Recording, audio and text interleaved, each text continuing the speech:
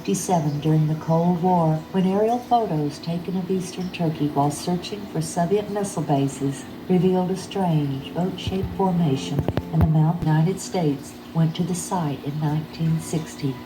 Blowing holes in the strange formation, the members of the team came away with the conclusion that there was nothing there of any archaeological interest.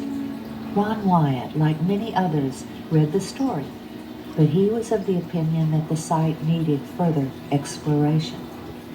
There had been many claims of seeing Noah's Ark on the volcanic Mount Ararat, but Ron knew that it was a stratovolcano, and he believed that nothing would have been able to survive there. He noted the biblical account of the location of the Ark, a large region in eastern Turkey. This location was certainly feasible. But the factor that captured his interest the most was the length given in the Life magazine story, 500 feet.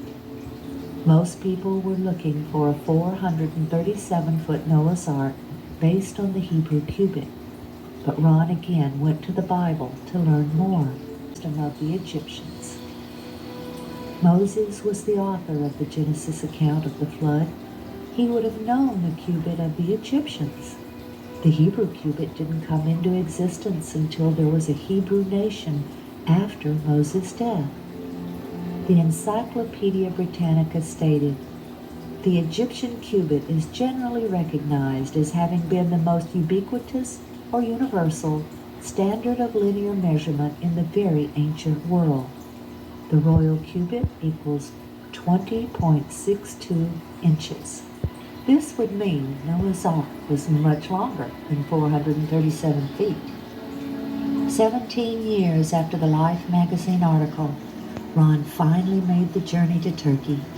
When he saw the boat-shaped object, he saw that it looked just like it did in 1960, and he knew he would need permission to excavate in order to learn anything about what was beneath the surface. So he returned home and enlisted a number of friends to help him pray for an earthquake to reveal more. Drogue and anchor stones, and these can be found all over. Noah's home, and it's believed by many is where Noah lived after the flood. Noah's altar and the corrals, the paths of Ararat. Then we have Mount Ararat. Then we have this amazing site called the Wall of Heaven, a place called the Crow Won't Land, a village called the Village of the Eight, and we have a stele that has been found, and an Ostrakhan. So these are the places that we'll be looking at in this location of Noah's Ark. We'll now look at the history of this Darupanar site and see the overwhelming evidence supporting it as the best candidate for the location of Noah's Ark.